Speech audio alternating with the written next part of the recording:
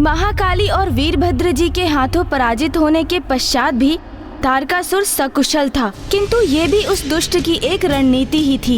ये कैसी रणनीति थी तारकासुर की? तारकासुर तो मात्र समय व्यर्थ कर रहा था, क्योंकि उसे ये भली भांति ज्ञात था कि उसके वरदान के अनुसार कुमार कार्तिकेय के सिवाय कोई भी उसका वध नहीं कर सकता था। किंतु कुमार कार्तिकेय उसकी ये युक्ति समझ चुके थे।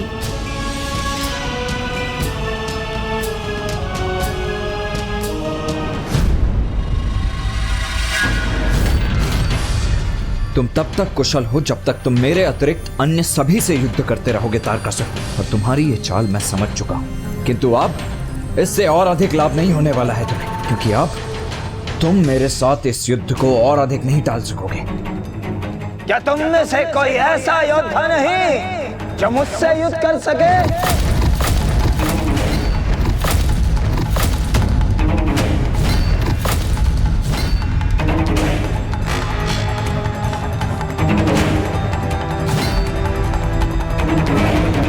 मैं करूंगा तुमसे युद्ध।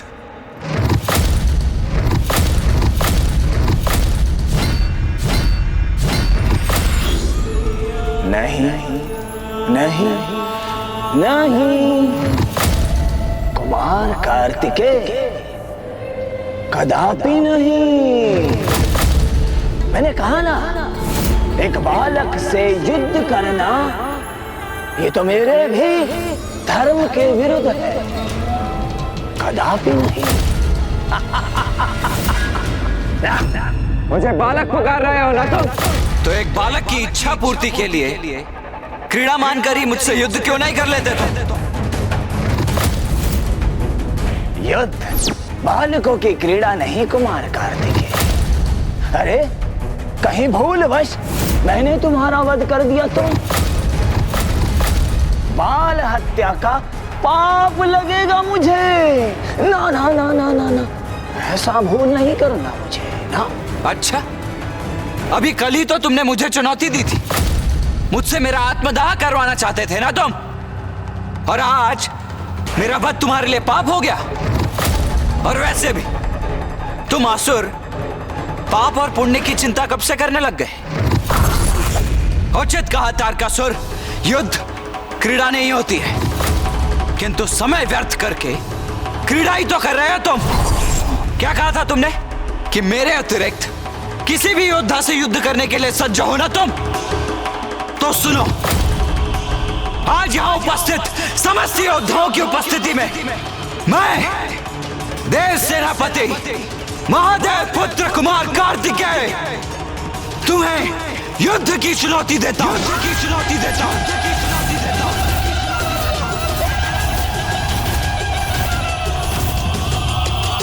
तारकासुर, आओ युद्ध करो मुझसे। मेरा समय व्यर्थ मत करो तारकासुर, युद्ध करो मुझसे, अन्यथा अपनी पराजय स्वीकार कर लो। पराजय स्वीकार करूं मैं? कदापि नहीं।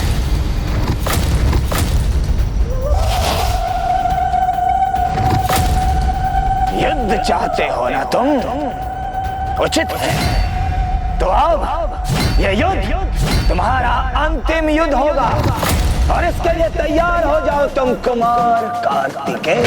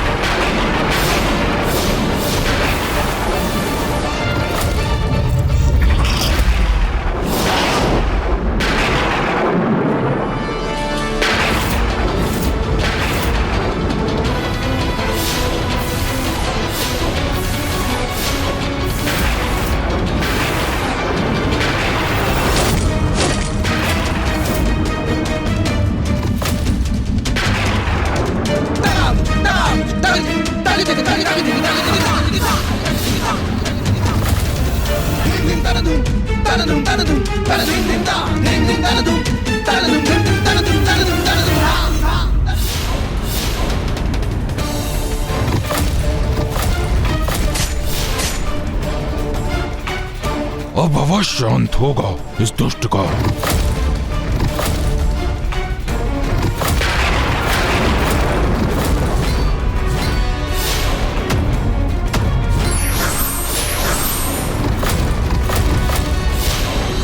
ताड़कासुर को प्राप्त वरदान के कारण वो वीरभद्र जी और देवी महाकाली के आहत करने पर भी पुनः कुशल हो रहा था, किंतु ये बाण उसके काल का बाण है, कुमार कार्तिकेय का बाण है। इसके आघात के पश्चात ताड़कासुर इसके प्रहार से मुक्त नहीं हो पाएगा। कार्तिकेय कई बाण छोड़ने वाले हैं।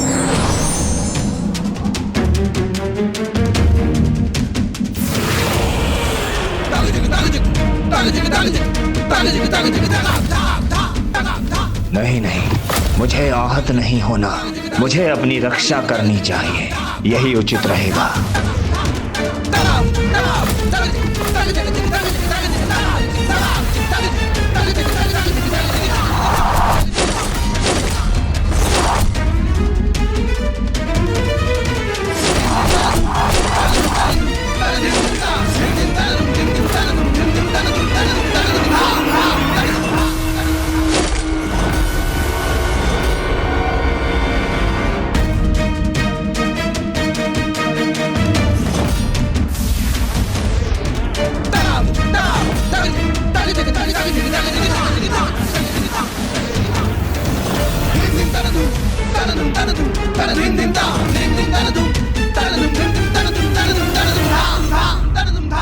तारकासुर प्राणहीन हो गया, अंत हो गया तारकासुर का।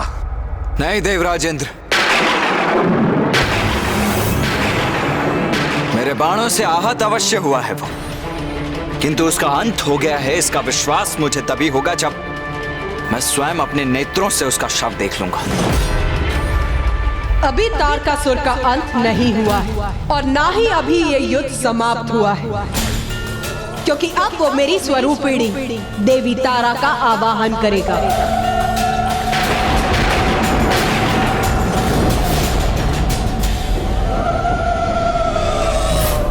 हाँ कुमार कार्तिकेय, वो अवश्य ऐसा करेगा।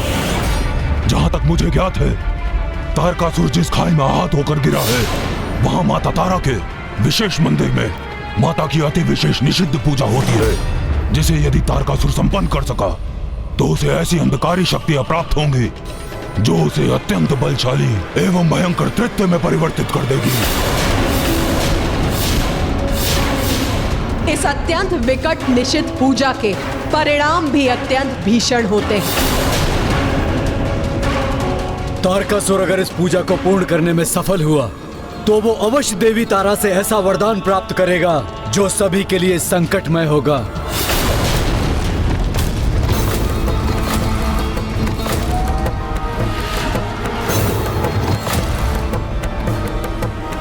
तो मैं उसे ये निषिद्ध पूजा कभी संपन्न नहीं करने दूंगा। कुमार कार्तिकेय, आपकी सहायता के लिए हम सब भी आपके साथ चलेंगे। नहीं, आप सभी यहीं रुकिए, क्योंकि तारकासुर के अध्याय का अंत करने के लिए यह कार्य मुझे ही संपन्न करना होगा।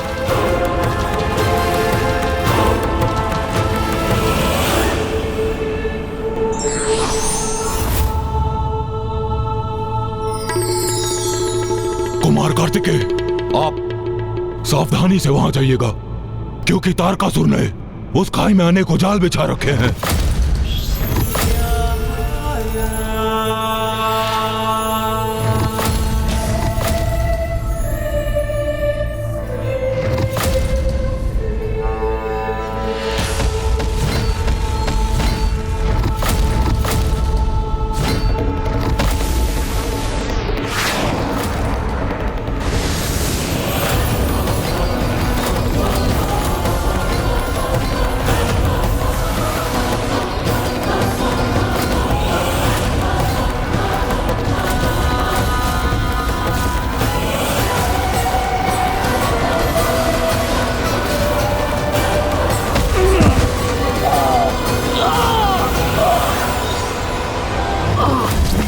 पुत्र।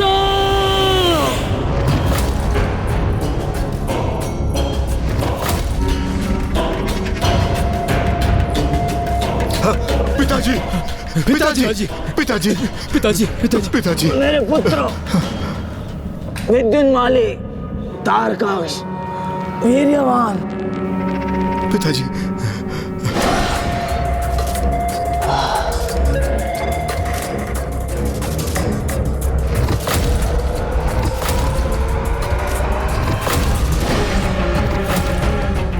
पिताजी, ये कैसी दुर्दशा कर दी उस कुमार कार्तिकेय ने आपकी।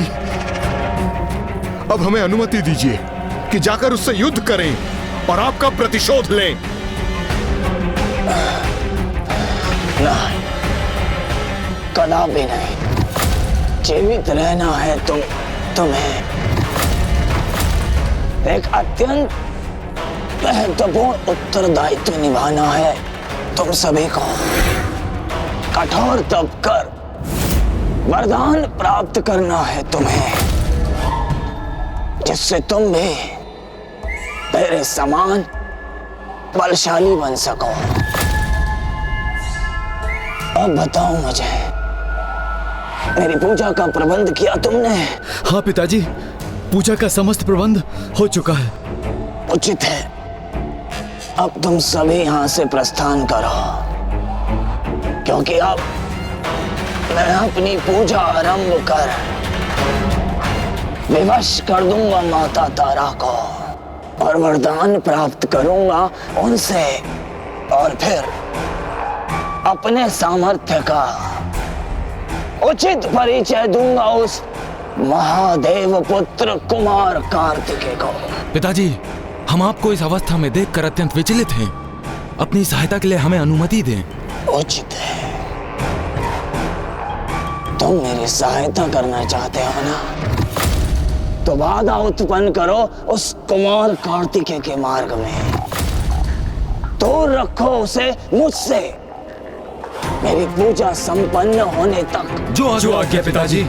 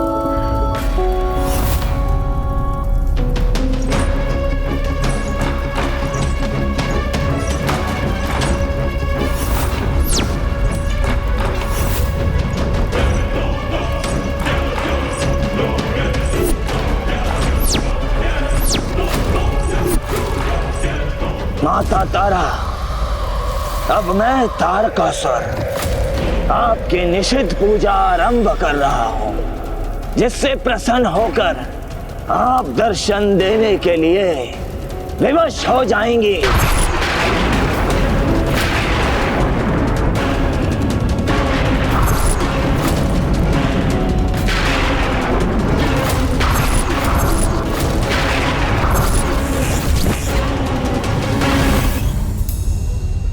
एक और तो पुत्र कार्तिकेय समय रहते तारकासुर की पूजा रोकने के लिए तत्पर है, तो वहीं दूसरी ओर तारकासुर अवैदिक वाम मंत्रों के प्रयोग से मेरी स्वरूपिणी देवी तारा का आवाहन करने के लिए आतुर है। एक पुत्र सन्मार्ग पर तो दूसरा कुमार्ग पर। हाँ नाथ, क्योंकि वाम पूजा के विधान के अनुसार इस पूजा के माध्यम से भक्त ईश्वर को विवश कर उनसे वरदान प्राप्त करता है, किंतु उसे इसका ध्यान नहीं रहता कि ईश्वर की अनिच्छा से जो भी होगा उसका परिणाम कभी सुखद नहीं होगा। किंतु मैं जगत जननी हूं। अच्छा हो अथवा बुरा, तारकासुर भी मेरा ही पुत्र है, और यदि उसका आवाहन चरम पर पहुंचा तो देवी तारा उसे दर्शन प्रदान करेगी।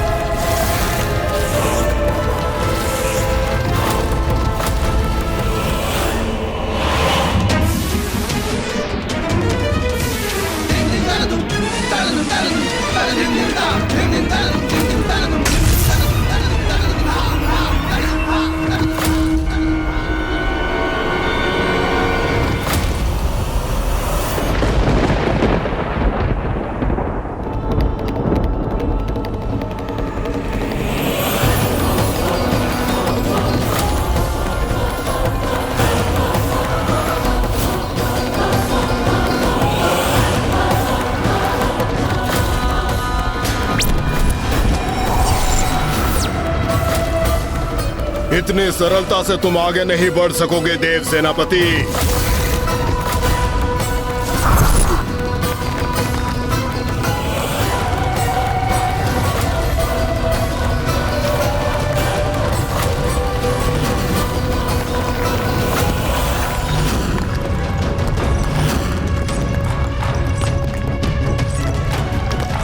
ये क्या हो रहा है? मेरे चारों ओर भूमि स्वतः ही कंपन कैसे कर रही है?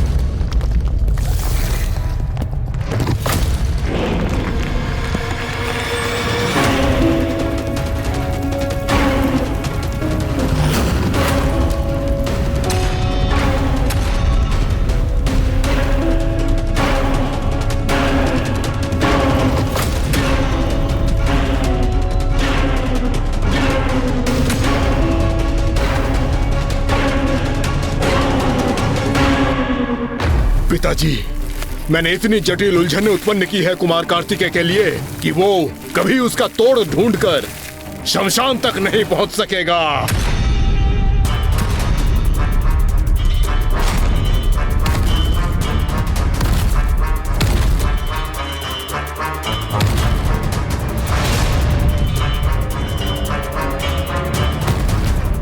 मुझे इस भटकाव को शीघ्र ही पार करना होगा, अन्यथा तारकासुर अपनी पूजा पूर्ण कर देगा।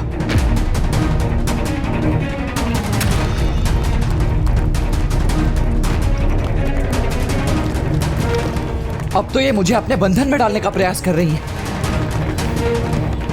किंतु मैं इनके बंधन में उलझूंगा नहीं।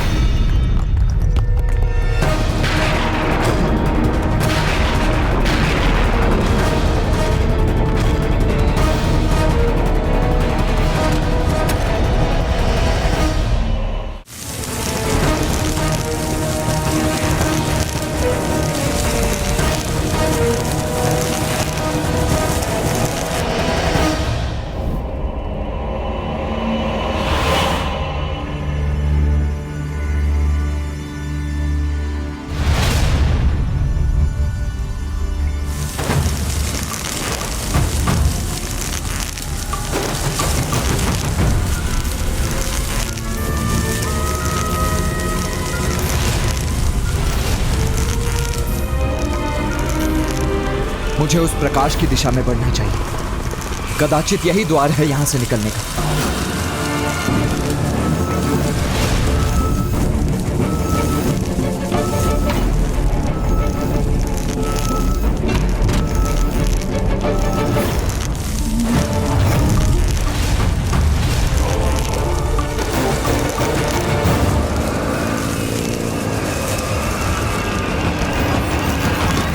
किंतु ये द्वार तो बंद हो रहा है,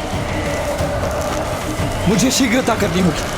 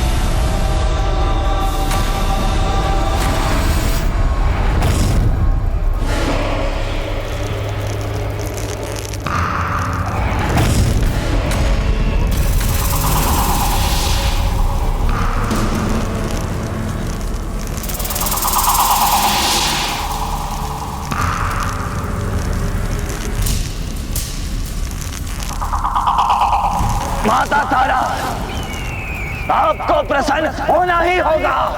मेरी पूजा से आपको प्रसन्न होना होगा।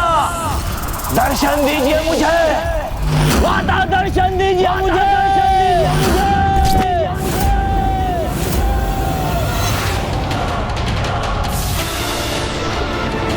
अरे ये क्या?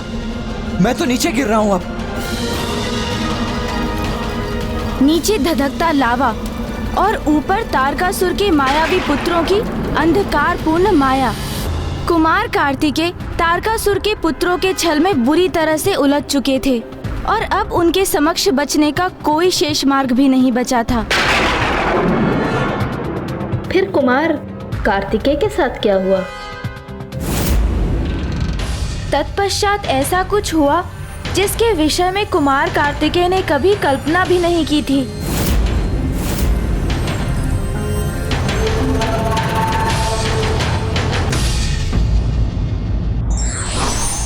एक पाप कई पाप का कारण बनता है, इसलिए धर्म के मार्ग पर चलना ही सदैव उचित होता है।